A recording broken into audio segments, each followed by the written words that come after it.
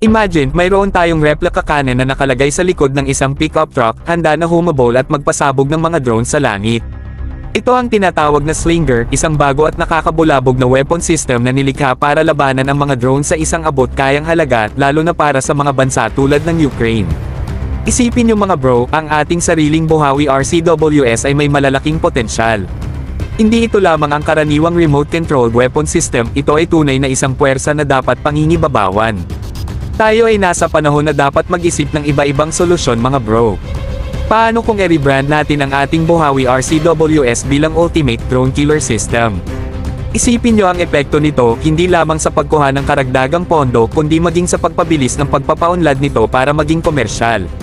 Ito ang pagkakataon na dapat nating hawakan bago ang eleksyon sa 2025. Ang hiling para sa RCWS ay napakalaki mga bro, hindi lamang dito sa ating bansa kundi maging sa buong mundo. May mga bansa tulad ng Ukraine na naghahanap ng murang alternatibo sa sistema na nabanggit sa artikulo.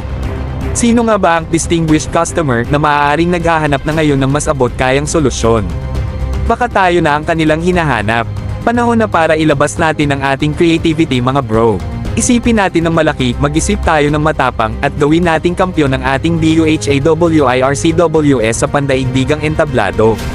Sa kahusayan nito, abot kayang halaga, at kakayahan na baguhin ang pagtatanggol sa mga drones, may kakayahan tayong makagawa ng malaking pagbabago.